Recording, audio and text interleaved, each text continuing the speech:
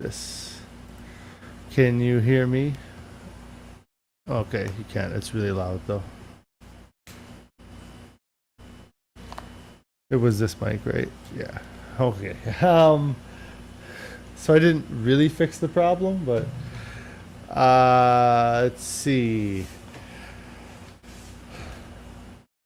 Oh, there you go. Okay. Let me turn this gain down on this or something. 5, 2. Is that a little bit better? Maybe. Yeah. I don't know. I guess I can put my headsets back on and I can find out.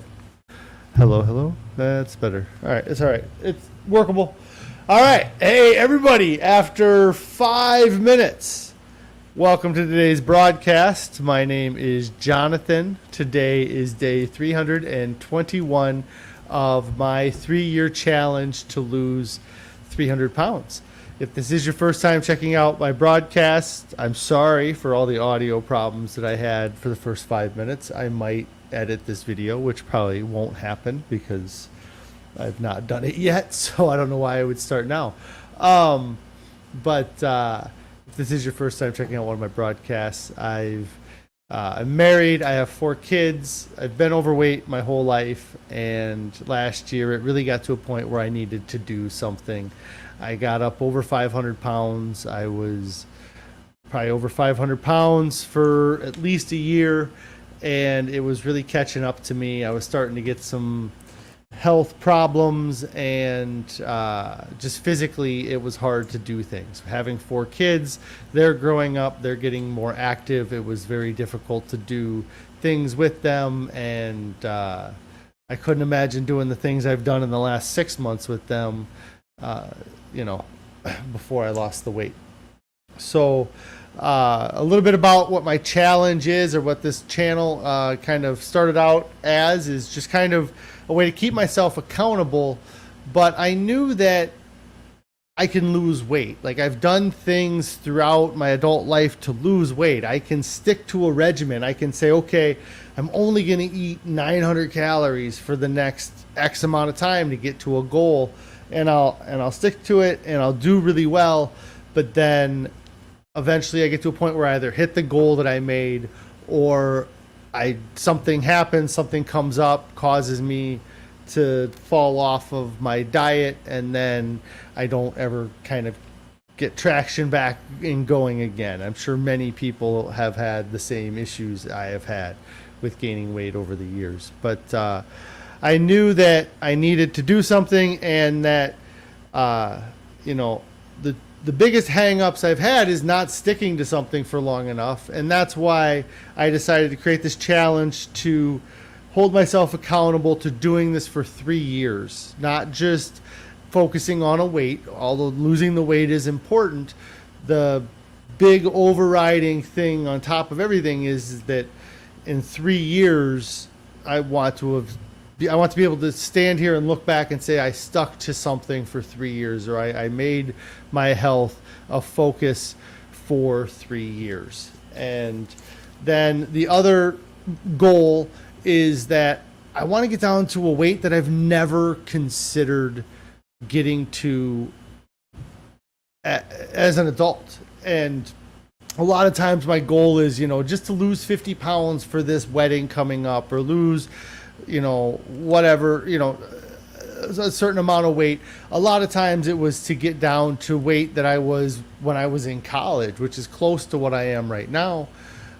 And even at the weight I'm at now, I'm still very heavy. I mean, I've lost 195 plus pounds in the past 10 months, but I'm still a very overweight person. I'm still 325 pounds. That's not a thin person by any means. I have a long ways to go. And a lot of times I would go on a diet, I'd get down to 300 pounds, and I'd be happy that I got to 300, I made my goal, and I wouldn't learn how to maintain, or I wouldn't figure out how to do it right from that point on. And that's what led me up to, getting up to 500 pounds slowly. Carrie says here, I can't believe it's been a year. It has flown by. It really has. In retrospect, it's gone fast. I say it at the end of every stream that, you know, you should get started right now and not to wait.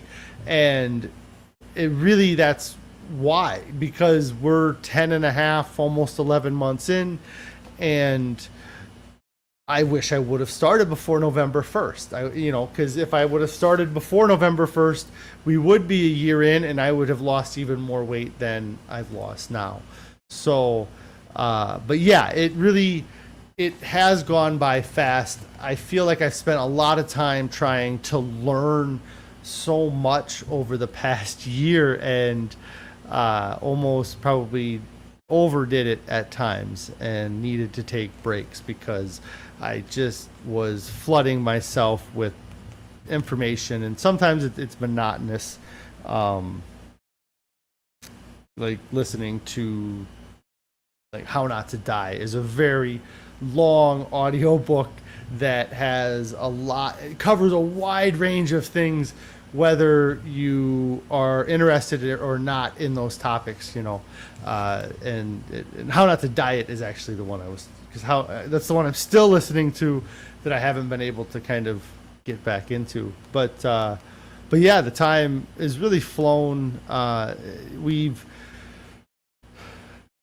and obviously with the coronavirus, everything seems so wild. Time just gets thrown off because there's like pre-COVID things and then post-COVID, and kind of there's been, I feel like since the beginning. Is it read by Dr. G? Yeah, it is. Yeah, the How Not to Diet is read by Dr. Greger, which is absolutely the saving grace of, not the same, but it helps the book that the person who's reading it is that close to the book, sort of, because Dr. Greger wrote the book. I had that same thing with some of the other audiobooks that I've listened to. Anthony's checking in saying hi. Hi, Anthony. Thanks, I suppose. I got my hair cut last week. I trimmed my beard up, and another thing that I actually have a brush in my office. There was a couple weeks there where I didn't have a hairbrush in here, so I wasn't able to actually comb my hair right before stream. So anyways, I appreciate the compliment. But yeah, that How Not to Die, or How Not to Diet is the one that's really long. It is read by Dr. Greger.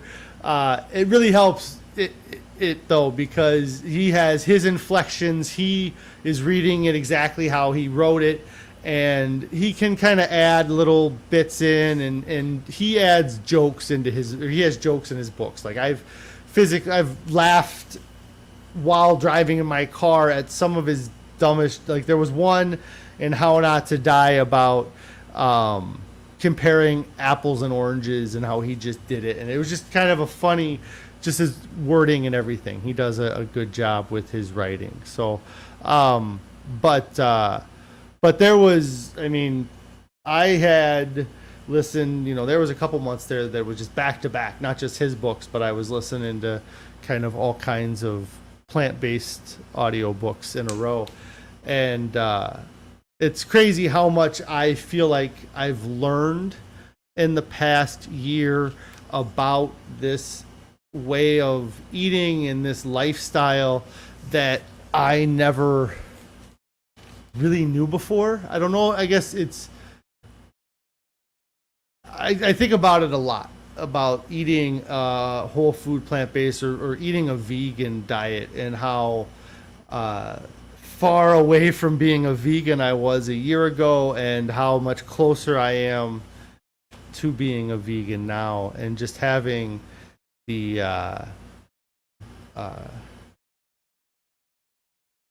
I don't know. It's just kind of an odd mental kind of struggle, or I don't know if struggle is the right word, but it's I've learned a lot that I didn't. I suppose I knew that maybe I just didn't take serious, or Carrie and I talk about it quite a bit, or we used to talk about it quite a bit. Is there's a lot of things that we take as fact now that we took for granted a year ago, or we would not really consider that it made that big of a deal. And how with the diet that we eat now, how I don't know what the best word to use is. Like, if the diet we were eating is toxic, the diet that we're eating now is pure, and the the toxicity that we let into our system just without any kind of care, like I had a care, but it wasn't, like I would make a joke about the diet soda. Somebody would give me a hard time about drinking diet soda, and I was like, well, the number one ingredient's water. Like, that's the top ingredient, so it can't be that bad, like. And I know that I was making things up. I knew I wasn't being serious. Like, I knew I was, people talk about all the bad things in diet sodas and all the chemicals in those things, that we just didn't, that our body did something with. I mean, I guess I just assumed that anything that was unusable or processable through our body just gets processed out, and that's it took it for granted. But when you look at when we look at the ingredients lists on a lot of these things we used to eat, it's crazy the stuff that you find, and the lack of I guess pure ingredients like the diet that we have now. There's days, probably weeks or even longer, where I didn't eat what would be considered a whole food. Really, I mean, in what, in the sense of the diet I'm eating now. Lone says, good for you, the animals and the world, plus it's fun. Yeah. I'm not sure what's fun. not eating meat. It's a weird, I have to wrestle with who I was a year ago versus who I am now, and we all grow and progress and learn new things, but it's just crazy, just how different it is. Anthony says, okay, I missed your comment there. I thought you lost lots of weight. Thanks.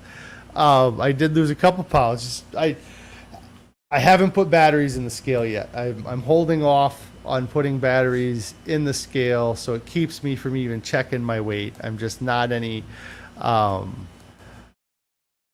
just keeping that temptation away from me. There are so many yummy foods to discover. Yeah, there's a lot of things that I wouldn't even give a chance before that are main course, like chickpea. Yeah, we have the chickpea tikka masala or the potato curry. I mean, almost every meal that gets put in front of me is something I probably would not have eaten before. Outside of like when we have noodles with tomato sauce. But I wouldn't have eaten the type of noodles that we're eating now, and I wouldn't have eaten the type of tomato sauce that we eat now, or we did eat now. But I would have been hesitant to eat a lot of the other recipes, especially we have, like I said, the chickpeas. I can't think of what the one is. The quinoa is something that I don't know that I would have had that either. And it's also,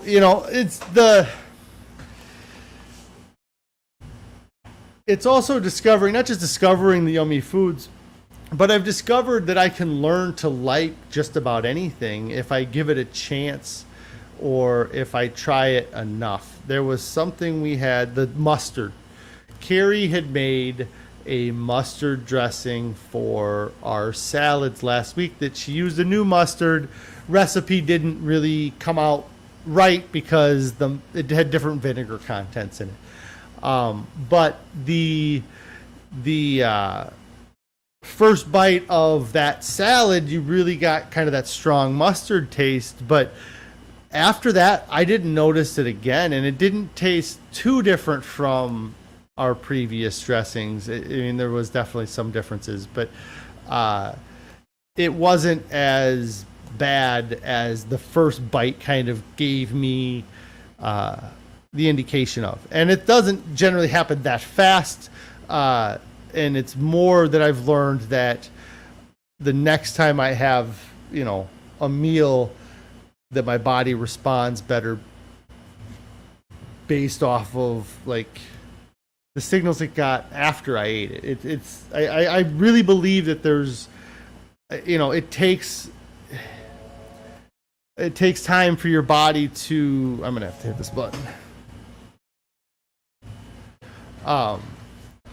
If you try something that's really good for you nutritionally, but it has a taste you're not used to or a taste you're not expecting, you may at first not like it, but then once your body receives that and then has a chance to understand how nutritionally beneficial that food was, I believe that actually, the next time you eat it, you have an improved response to the taste because your body knows, hey, we thought that taste was not a good thing, but we were wrong, and slowly you start to change some things. I mean, I don't know. I could be completely wrong about that, but I feel like that's how it's worked for me in some ways. He says, you need to try masala dosa if you haven't. I will have to talk to Carrie about that. I'm not sure what that is, but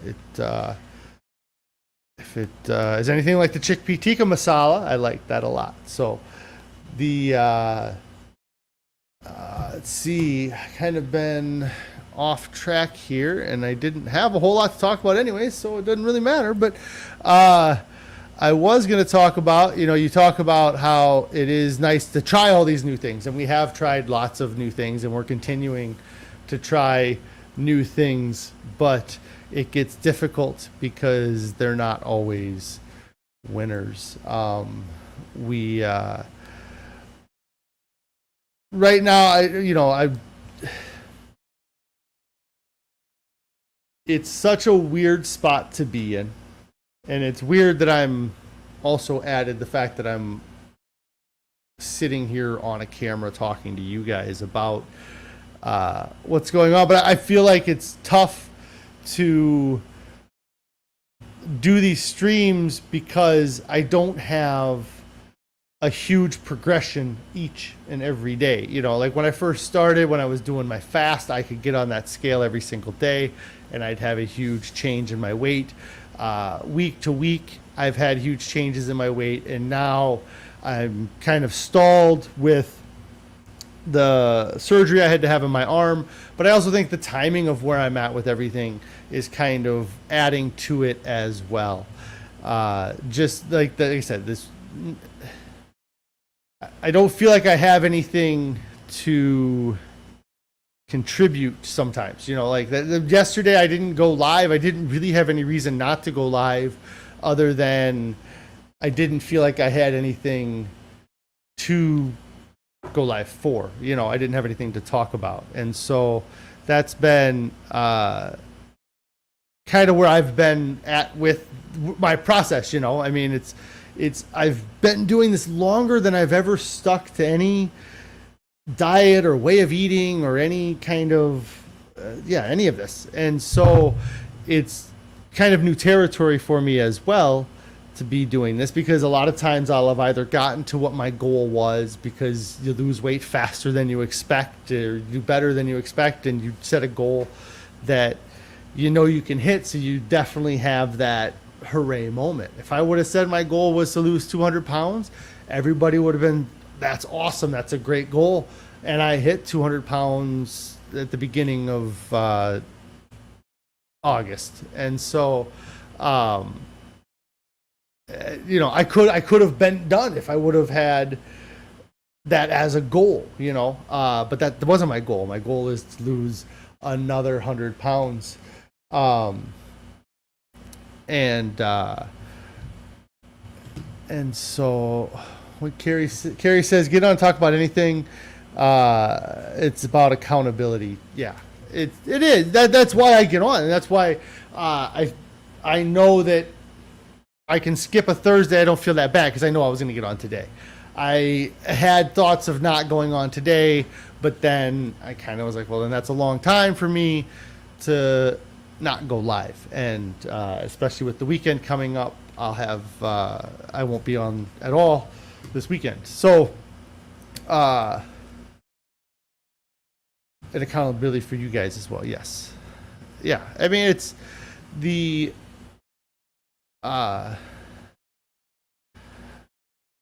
and so, yeah. And so I've been, I want to do things to shake things up, but I also don't want to do anything to mess up what I have going on as well. And I was kind of just thinking about it right before. I need to do another kind of 42-day challenge. And it wasn't something that I intended when I started this channel, was to do any type of 42-day or 1,000-hour challenges. But it did work out that I fasted for that long, and then when I kind of got the bug to doing some working out, I found that sprint triathlon and the timing of everything, like literally the day I was researching whether or not I wanted to do a sprint triathlon, the closest one to me, which is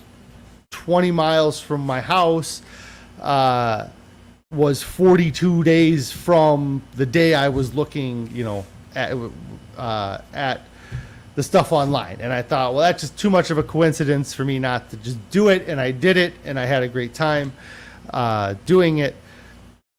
And so I was thinking maybe I need to do like another 42-day thing. And I might, it really can't be doing anything physical because of my arm. But I had done some journaling before we had our trip in July. And so maybe I'll try to journal for 42 days straight, or meditation. I know I've had a lot of people talk about the benefits of doing meditation. And so, and just find something to do. I'd like to do like 42 days of yoga, but I can't do yoga until November, because it's going to work. I don't know, because it uses my bicep muscle. I can't do anything. And this is just, the brace is just got to go at this point. I've worn the brace for, I don't know, like an hour in the last day, because it's annoying to try to do much with it. It kind of falls down on my wrist. I talked about that. Having a watch helps that from happening too much. But really, yesterday, I got home. I took it off when I was at my house, and I had it off a lot of the day I was here at my desk. I just put it on because I had to go move some stuff in the warehouse, and I put it on as a safety. I don't think anything's going to happen, but I don't want to have anything happen and then them be like, well, why weren't you wearing your arm brace? And so I got my arm brace on. So, but it'll be nice. I'm just going to go with like next Wednesday being the day I'm going to quit wearing it. It might have been Thursday. He said it was like 2 weeks from when I had the doctor's appointment, but I don't remember what day of the week I had. Maybe it was a Monday. It was probably a Monday. So like next Monday, I'll get rid of the brace. Eventually. Yeah, and then not being it. Well, and the downside to not wearing the brace, though, I guess I would have to say, is that I took the brace off yesterday, and I was at the kitchen table, and I was, I don't know, scratching my arm or something, and my son had to point out to me. He said, he goes, your arm looks really skinny now. And I was like, you're a real something. If you weren't my kid. Yeah, so there's no muscle. My bicep muscle is gone in my left arm. The tricep, the shoulder, stuff like that still has strength to it. Probably not near the strength that it would have, but my bicep muscle, there's just nothing there. It's like a twig. I don't know how I'll ever get all that muscle back. Like, it's just so crazy that it can be that big of a difference. I really couldn't show you on stream because my camera's too close, but there's just no bicep on the one. And Carrie says my appointment was not on a Friday, it was on a Monday. I'm sure of it. Monday, right? So but no, that's, even if I did wait till next Friday, it's still earlier than he normally lets people out of the arm brace, I guess. So I do have that going for me. Let's see. Oh, okay. It was the day that we left for St. Louis. It was that morning. Was it? That's too bad. Sure. So yeah, no, I guess, yeah, I was just looking at my notes here, just the things, it is getting a little bit, I don't think boring is the right word, monotonous might be a better word, with where we're at, just being at this point, I still, and it's tough because I still have 2 more years ahead as well. But I know I have a lot of milestones ahead. I'm still got to get under 300 pounds. I'm still going to be under 250 at some point. And hitting that 300, it's just not coming as fast as I would like it to come. It would be, but I'm not checking my weight right now. So I don't know. I could have lost 30 pounds this week. I have no idea. Probably all in my beard. I had like 20 pounds hidden there. And it's all gone now. But yeah, I don't know. I mean, are you guys doing diets? How long have you stuck with a diet before? Whether it's this time or when you had success before, how long have you stuck to a diet? I almost wonder if there's kind of and I'm sure there's some sort of scientific study that's been done, how long people average that people get through a diet, and then, there's probably a bell curve, and what makes the outliers, who are the people that are doing it for the 10 years and the 20 years, because I don't know that I could do keto or carnivore for that long. In low calorie, you can't do for that long, and just, I'm just curious as to what you guys have had, what kind of your histories have been. If you've ever gone longer than 9 months, or if you've made it a year on a diet kind of thing. Because that's going to be crazy that we're going to make it a year. And it's just wild to have... It's been such a wild year. Yeah. I mean, I still got another month yet, and we got a month and a half before the year's up. So we'll have plenty of time to go. Carrie says for sure never a year for her. Yeah, you've never gone a full year. I was trying to think, I've done different things. I think 9-10 months is kind of the longest, or I think I dieted for 9 months, but still was losing weight for that 10th month kind of thing. But the diet had really gone to crap at that point.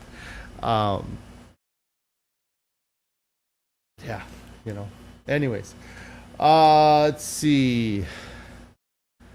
Feel like that was really about all I had. I mean, this weekend we don't have much big this weekend. We're busy. Carrie's got some meetings both days, and I have work and stuff, but we don't have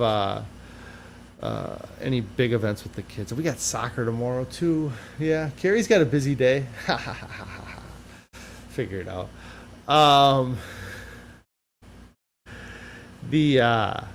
but the following weekend and other weekends, we have a lot going on this month. So it'd be nice. I'm hoping to try to get some stuff done around the house this weekend. But again, I keep finding other stuff to do, and not being able to use my arm to the full capacity is also frustrating, because it's just the way it works. I use my arm until I hurt it, and then I'm like, oh, I shouldn't have done that, and then I was like, okay, I take it easy. And that's just kind of the way it works. Like, I've done that multiple times in the last week, where I go and I move something or I pick something up and I set it down and I'm like, yeah, I probably shouldn't have done that. And so I'm sure that's going to happen this weekend as well. Is I'll go and I'll do something or screw something up. I don't want to hurt my arm though. It's a lot of work. And just a silly story. I don't know if I can show it here, but the physical therapist called me out a little bit on it. So I can't do a lot with my arm. I got motion. They unlocked my brace so I can open and close it fully, but they didn't give me any permission to do any lifting. And at therapy, what they talked about doing is isometric exercises, which means that there's no motion. It's just like you put your arm up against the wall and you push. And it was a shoulder strengthening exercise he was showing me, but you stand next to a wall and you put your arm up against the wall. Let me see if I can stand here.